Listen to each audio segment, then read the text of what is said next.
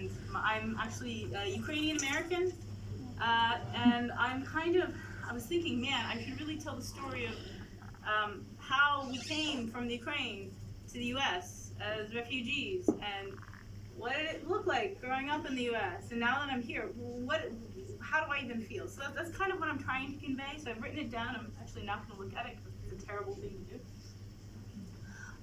So I'll try to kind of give you this kind of story that I've thought through. I've written it down, but it's still kind of processing, right? Because I think the last week we've all been processing what the hell is going on in the world, right? And I'm sorry, it's not as funny of a story, not all of them can be funny. But yeah, so as I was writing during the intermission, I thought, okay, where do I start? And I closed my eyes and I thought, man, the first memory I actually have is about August 15th, 1992. So I'm about 4.5, and we're on a train from Odessa, where I was born, to Moscow. And I remember being on this train, and I remember, what I really remember as a 4-year-old is that there were these little gum balls, a little pack of gumballs that a family friend had given us at the Odessa train station. And so here I was, just enjoying my little gumballs, not really aware that, that we were going from Odessa to Moscow, and then that we were just going to leave. I was never really going to come back. Talking to strangers. So I have that sort of like that nice little memory, eating my little gumballs. And then I remember getting to Moscow, and then we were there with family friends, I think, for about a week. And I remember eating zgushonka, which is like sweetened condensed milk. Yeah, just that was what I remember at that age, and I still love it. It's still amazing, by the way. So that's that memory. Now I don't really remember the plane ride from from Moscow to the U.S., but my parents tell me that I slept the entire time, that we ended up in D.C., that we ended up in New York, and then we took a bus to D.C., and then I grew up in D.C. So here I was, this little 5-year-old Ukrainian immigrant kid that didn't speak a word of English, and then suddenly had to integrate myself into American culture.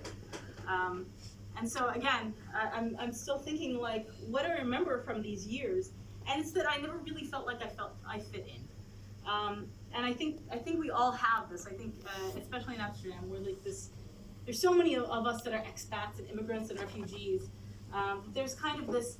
You're trying to integrate yourself into our country, and then you try to learn the language, and you try to understand what's going on. So, over the years, I think I did everything to fit in.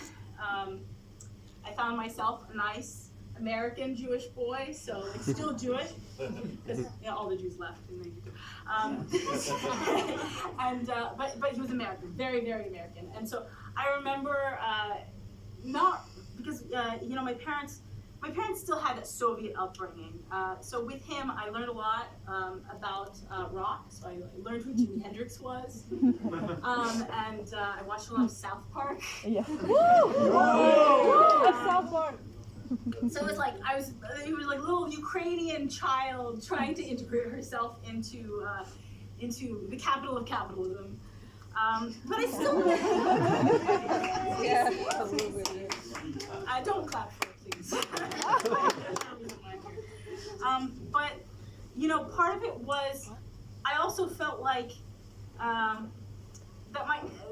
this nice American boy just also didn't understand the culture that I came from. Not that I really understood it, but then like he would come to my house, and my parents would put out the Soviet. I don't know if it's Ukrainian or if it's Soviet, whatever. The party platter, which is pretty much all bread, like bread with little sausage things, with little fish things, with little caviar things, and then there was Kievsky tort. You guys know? Yeah.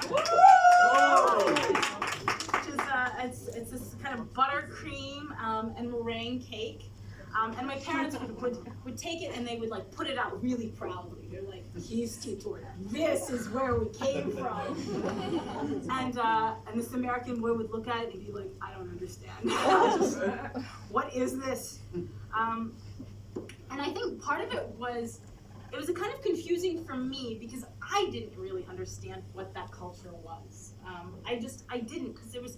And I'm realizing it actually a lot of this week. I'm doing a lot of processing, and I'm realizing like there was so much in me that like, you know, when you have parents, they have a particular culture, and you know that culture through them, but it's not really your culture, right?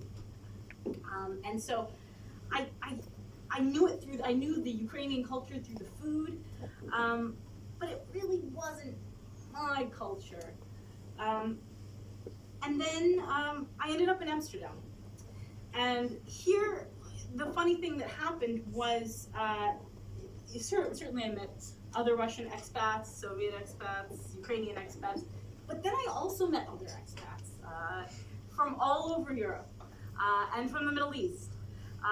And suddenly, the weird thing was, suddenly I was actually understanding my own culture through them, because it wasn't so much a particular Soviet culture or Ukrainian culture. It was like the culture of people